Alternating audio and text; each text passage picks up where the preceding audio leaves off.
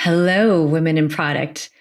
I am so excited to be here with you today to talk about product and how it intersects with go to market and what you can do as product leaders about that. And as I was thinking about today's talk and what I should share, I was thinking back to the most interesting talks that I've been to in the last handful of years.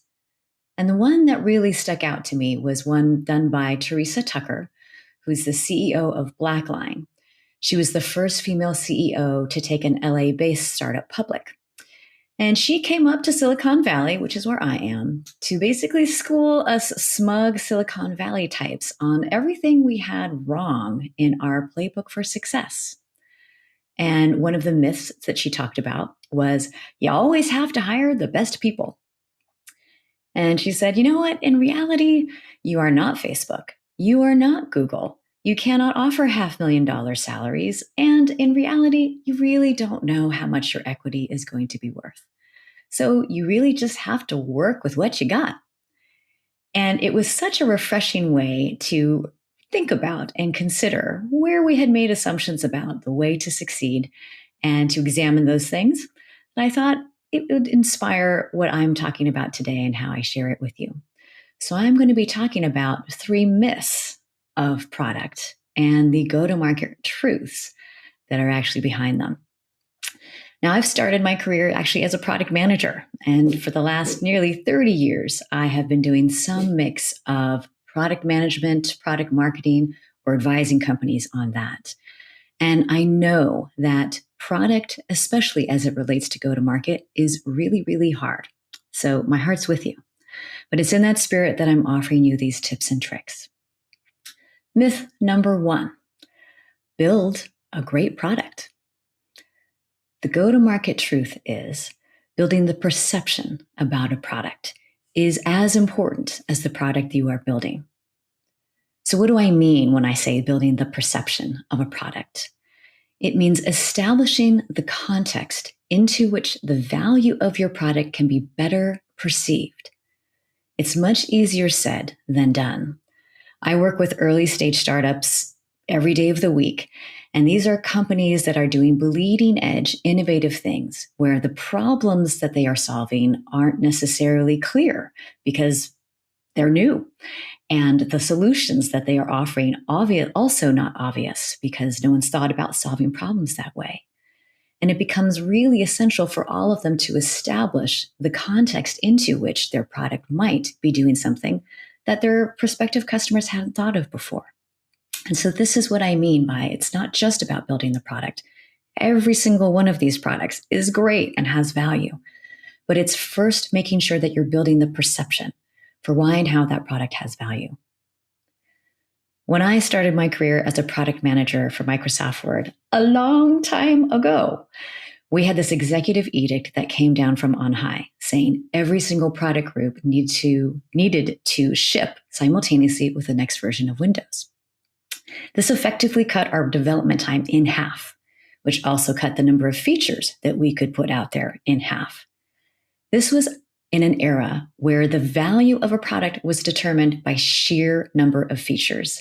We would literally stick a sticker on the box. And yes, software back then was distributed in a box, but we'd stick a sticker on it saying over 160 features inside. And whether or not people decided it was valuable depended on the sheer number of stickers on that box. And so here we are facing the fact that we would have half the number of features as the last version, and yet we still needed to somehow position it as being better than the last version that had been in market. So we looked at what we had to work with. And we examined user data and realized that when you really look at it, there are only 4 categories when every user does these specific things inside of a word processor. And they are basic things like formatting, file management, printing. And when we looked at the features that we were putting in this next version, they fell primarily into those 4 categories. So you know that red squiggly line that appears underneath a word as you are typing that indicates that it's misspelled? That was one of those features. And what we did was we painted the context into which it would have value, which is even though word spell it or the ability to check spelling of a word had been in the product for a long time, people would often forget to just click the button. So we were using the idle time where someone wasn't typing to actually check the spelling of a word on their behalf and let them know that it was misspelled. So it was these tiny little enhancements on existing features that we positioned as what made this version of Word better than any that had preceded it. And that framing of the perception of this less than featureful version of Word actually worked in the market. It was the best reviewed and most successful version of the word processor at that point in time. So we framed the perception through which there could be value perceived in this product, even though it was untraditional in terms of how people were looking at that. So your takeaway as a leader in product is to make sure that you are investing just as much in the story that's being told around why your product has value, not just focusing on building a great product. So focus on that story just as much. Myth 2, improve your product's net promoter score. Not that that is a bad thing, but the go-to-market truth is you want to massively improve your net promoter score in areas that matter most to users. And I'll tell you what I mean by this. There's a customer way of looking at this, and there's a market way of looking at this. And either way, there are certain areas of the product that are disproportional in people's perception of whether or not a product has value. And oftentimes I'll be in meetings where I will hear product teams say, well, right now our NPS is in the teens. We want to bump it 10 points to get it into the 20s. Or we're in the 20s. We want to bump it up to get it into the 30s. That 10-point bump spread across the entire product is barely recognizable. It's basically the equivalent of it sucks a little less, or it's just slightly better. In the modern environment, which is hyper competitive in every conceivable category, to get people to actually evangelize and promote your product, you need to be massively better. It's insufficient just to be a little better. And I'll give you 2 examples of this, one from the market side, one from the customer side. On the customer side, a company called Workiva had a product called WDesk that was for SEC filing professionals. So these are finance people who are usually working across multiple pieces of software. Their productivity relies on them having multiple screens up with all of this out so they can compare and contrast and do a lot of things simultaneously or have a lot of work up. These financial professionals were telling their customer success reps, hey, you know what would be really great to have in the product is multi-screen support. The customer success team took this to the product team saying, hey, the number one most requested feature is multi-screen support. And the product team said, well, yeah, that's nice to have, but there's all this really important stuff we need to do, these data integrations, these other workflows that are fundamentally broken. And while that was correct, the customer success team basically bird-dogged the product team into finally prioritizing this in the next major release. And sure enough, when the product released, the number one most talked about feature by all of the customers was the support of multiple screens. Small engineering effort, but huge disproportionate impact from the customer's perspective because it had to do with their day-to-day productivity. And so you want to look for things that have those outsized impacts from the customer's perspective for them to perceive value. A market version of that. How many of you use word count in your text editor on a daily basis? I'm wagering not many of you. I certainly didn't until I wrote my book. But if you are in the press, you are using it multiple times every hour, every single day. And back when I was a product manager for Microsoft Word, it was one of the primary ways in which they were measuring Word's performance. So it was their bellwether to whether or not Word was a performant product. And when we released a version that was perceived as slow and lagging, word count was really slow because nobody had looked at it. Because when we looked at our list of features that were used, word count wasn't very high on the list. But it was really high for influencers that had a disproportionate impact on the perception of our product in the market. So we did an update and we focused on making sure that word count was lightning fast, the fastest we had ever produced, faster than any other word processor on market. And sure enough, when the press wrote about the update, they said, hey, this version of Word actually performs pretty well because we just focused on the areas where we knew a very influential part of the market was focusing their energy on assessing and evaluating us. So this is a market-centered approach. And you as product leaders, the key takeaway here is to make sure that every major version of your product that you're putting out there in market, or the go-to-market teams are doing something with it, that you have some features that look to address these areas of high go-to-market impact, either from the market or the customer's perspective, that let people perceive disproportionate impact, a massive gain, so that they talk about it. And that gives you that organic go-to-market evangelism that's so important and powerful in today's modern marketplaces. Myth number 3. To have great marketing, you need to have great marketers. That is actually true. However, the go-to-market truth is any good product manager can learn to think like a great product marketer. A lot of what I've been talking about today has really related to the discipline of product marketing, which is actually quite misunderstood by many. And a lot of it is because if you live on the product side, you've probably experienced something similar to this person. I will change her name to protect the innocent, but real person. Let's call her Lori. She was an absolute ace in demand generation on the marketing side. So she was promoted to become a product marketer. And she was so excited to show the product team that she could add value that she immediately, in her first scrum, started suggesting new product ideas. Hey guys, or not product ideas, feature ideas. Let's add this feature. Wouldn't it be great if we could do that? And the product team's listening to these feature ideas thinking, well, what job is that helping someone get done? And how does this connect to these other stories that we think are actually really important? And she was just ideating and riffing without grounding it in customer or market knowledge.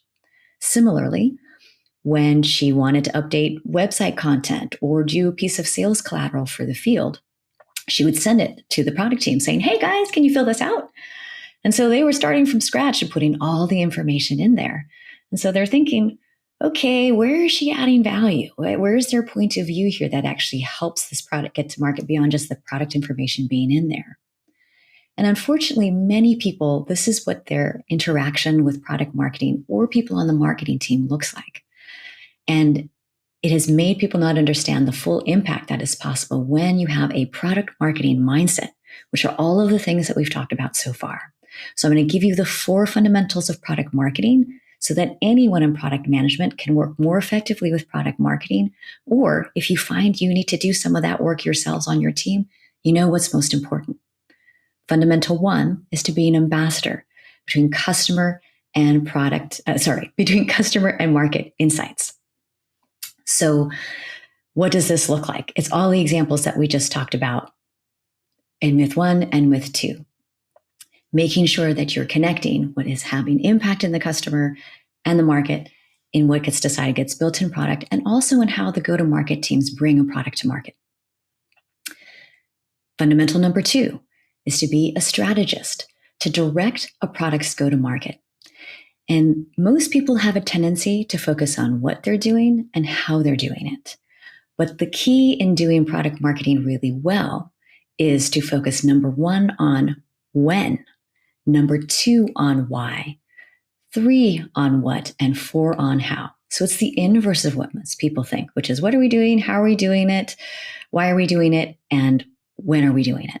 Flip that completely, because the when actually determines whether or not it is perceived as being valuable to the market and your customer's context, because you're riding along with the wave that already exists with the market. Then you know why you're doing it, what is it in support of, and based on that why, you might choose to do different things, and that informs the how. And that's why it's so essential in being strategic to think about things through that order. The third fundamental is about being great at storytelling and shaping how the world thinks about your product. And this was everything we talked about around myth 2, making sure you're shaping the perception that guides people as to what they should think about your product. That's not just about your product, but it is thinking about things like what's the position it's going to hold in the market, and what is the messaging that helps get people there, and then what's the broader story that all gets wrapped into. And fourth, on the fundamentals, is being an evangelist. And really that's about enabling others to tell your product's story. This can be the field, This can be influencers like analysts or key developers that are helping to shape and move your market, or an open source community. It really depends on who your market is and what is most important in creating impact and influence, but thinking about it through the lens not just of, gee, what do we want to say about ourselves, but what is going to make others talk about us. In the modern market, those are the things that actually have disproportionate impact. It's not just what you're saying, it's what others are saying about you. I can't emphasize enough how, irrespective of how much product marketing you have or marketing resource you have at your company, how important for the product leaders it is to make sure that you're investing heavily in making the partnership between product marketing and product management go really, really well. The product marketers cannot be highly successful in what they do without this key partnership being in place. And likewise, product teams that have more of that market mindedness are much better at bringing a product to market that actually takes advantage of all the market wins that can be at their back. So invest in this really, really powerful partnership. When it's done well, it is spectacular what that combination can really do, especially as it relates to achieving business goals through that combination of product management and product marketing. So I hope through the course of the stories that I've told and the myths that I've hopefully debunked a little bit for you, these 3 truths about go-to-market, about the fact that building perception is as important as building your product to massively improve NPS where it matters most, and that any product manager can think like a great product marketer. Focusing on just these things will have a tremendous impact on your product team's ability to distinguish itself and elevate its work. I'm going to borrow from an Irish saying to close things out, which is, may the market road rise to meet you, and may the market winds always be at your back. Thank you so much, and I wish you good luck.